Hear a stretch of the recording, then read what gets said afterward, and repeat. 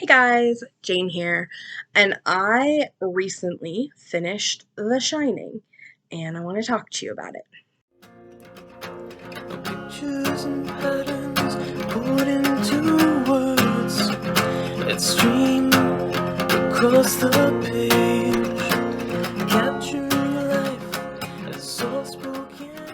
So, The Shining is a Stephen King book, and I'll be honest, King is so hit or miss for me.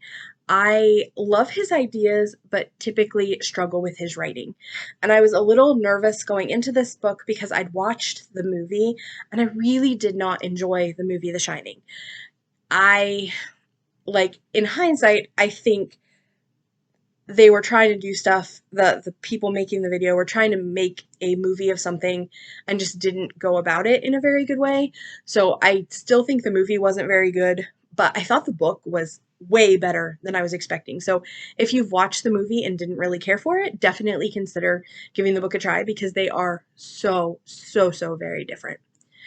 So we are going to do a little spoiler section, but first I'll start with like the non-spoilery parts of things. I ended up giving it a 4 out of 5 stars. I it is a King, so things happen very slowly, and sometimes there are times in the book where it's just like could we move things along. I remember at one point I was sitting there and had been listening to it for like an hour, and there were reveals, but there wasn't a lot of forward movement in the story. And I wasn't exactly frustrated by it, but I was like, okay, King, let's just move on. I get it. I get it. This is what you're trying to do. This is what you're trying to tell me. It's cool. It's atmospheric. Can we please just have some action happen? So that's generally how I feel about King. Anyway, though, brilliant ideas, sometimes a little bit meandering. This didn't meander nearly as bad as Cujo or It, which are other books I've read by that author, so I definitely thought this one's pacing was better than some of the others.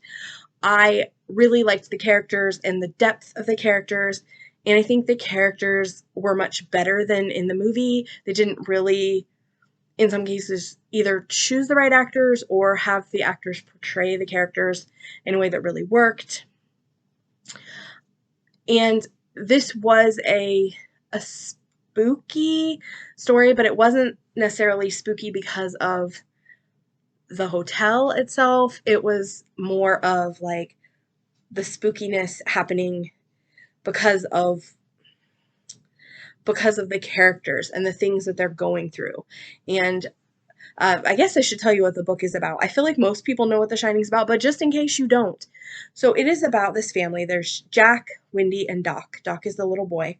And Jack has had some issues. He has some anger problems from probably stemming from a rough childhood, and he is a recovering alcoholic. He has recently lost his job due to losing his temper with a student, and they are really struggling financially, and he just can't seem to find another job.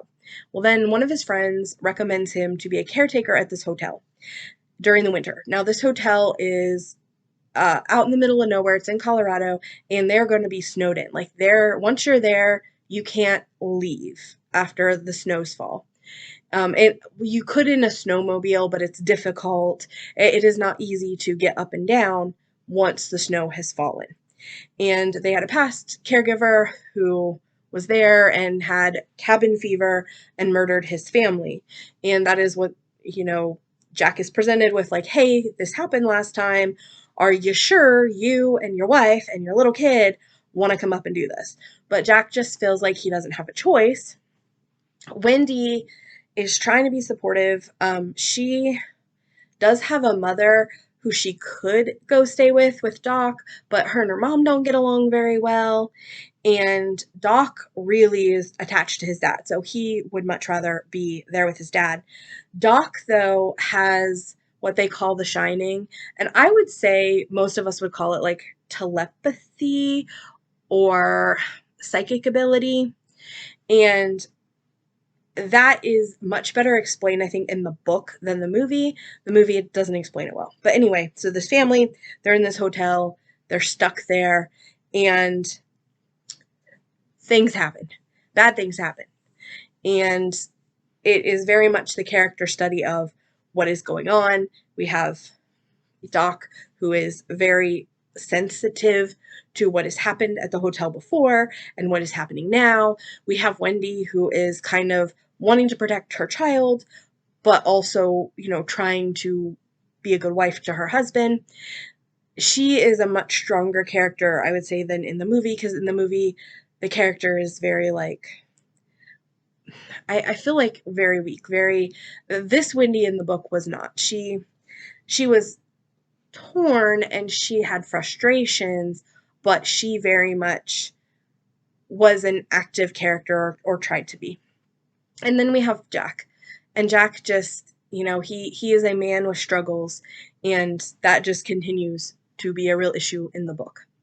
So, all right, so I'm going to go into the spoilery part. Again, it's an old movie and an old book, so most people probably know what happens, but I just wanted to give my thoughts on the whole thing. I really enjoyed that Jack kept having these issues, like the complexity of, I'm an alcoholic, but I don't want to be. While I was drunk, I hurt my kid, and I never want to go back to that. And I think in the book, rather than the movie, like, he's a really good dad, or trying to be. Like, the problem with the movie, I think, is Jack Nicholson is just very weird and over the top to begin with. Like, and he starts that way. So you don't see the transition into insanity that you do in the book. The book is much more subtle with Jack's losing his mind, because he does ultimately lose his mind and try to kill his wife and his son, but then ultimately he does not succeed, and he dies. He's blown up in the hotel. So I really liked his character a lot better, and like I said, in the movie, I think they just went, like, they started too late in the craziness, because Jack Nicholson is such a crazy actor. Like, he already appears unhinged from the beginning, not necessarily a super good dad, whereas with the book, you really see the struggle. Like, and Jack also really believes the hotel wants him. He thinks this is the only way to provide for his family, and he's a lot more complicated than just a guy who's feeling frustrated with his wife. And you really see the hotel working on him. And then Doc also, like, in the movie, they just have a hard time showing his telepathic ability, and when they do, they show it very differently than in the book. And in the book, it's a lot, I would say, more subtle. And when I say subtle, I mean, it's just not something that's super visual. Whereas in the movie, you've got the little kid going around, red rum, red rum. And it's kind of over the top as well. Like, but it's hard to portray what is happening, because we get a lot of Doc's internal dialogue. We get a lot of him seeing Tony, who is telling him what's happening. We get a lot of, like, him overhearing conversations, like, telepathically, or knowing things telepathically, and seeing things in the hotel. And again, I think it just was hard to show in a movie, and they didn't do a very good job. And again, they just went for, like, shock value, his being weird, instead of, the more subtle things. And, Doc is really close to his dad, and I don't think we see that so much in the movie, of Doc just being, like, totally attached to his dad, worships the man, and Doc knows that something bad is happening, but he also feels like his dad has to have this opportunity to redeem himself. And, like, ultimately, I feel like Jack fails, that Jack doesn't, I mean, he redeems himself as in he doesn't murder his family, but he definitely goes crazy and he dies, and it's still not a great situation. But I just think it made a lot more sense in the book than in the movie. And like I said, Wendy, you see a lot more of her turmoil. She does, in the book, really believe that Doc is telepathic and seeing things. And I think that's really good because in the movie we don't really get that I didn't get that she sees that he's telepathic, and she's kind of on the fence, and she asks him multiple times, she's like, Doctor, we need to go. And Doc's like, no. So I think she really is, she wants to protect her son, and she knows that it's a rough situation. She knows her husband's going through some shit, but then also she doesn't want to put Doc in a worse situation, and Doc clearly doesn't want to go. So it's a really interesting book with lots of character development, which is what I love. I want all the character stuff, but I also definitely at times felt like we could have moved things along a little bit more. The book is a lot more subtly creepy than the movie. A lot of the really classic movie scenes you don't really get in the book, and it's just very interesting. It's very interesting, very different. So I liked it. I ended up giving it a 4 out of 5, and I would say I liked it more than I liked it. I liked it more than I like Shawshank.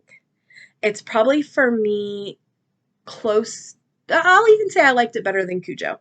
I liked Cujo quite a bit. Still not as good as Green Mile, still not as good as Pet Sematary, still not as good as Misery. But like those are kind of the kings that I've read, and I would say that's kind of my ranking for it is right in the middle. It's not a bad king. It's one of the better kings that I've read and really enjoyed, but it's also, it's definitely one that is not necessarily the tip-top best of all the kings I've read. So, if you've read The Shining, did you enjoy it? Where does it rank on your list of king books? Is it close to the top? Is it in the middle? Is it on the lower side? Tell me what you think. Are you a King fan? Do you read everything King puts out? Do you also find him a little bit meandering, or do you think he's just brilliant all around? I do think he's brilliant idea-wise, just sometimes his storytelling I don't enjoy so much. All right, guys, this has been Jane. I'll talk to you next time. Bye.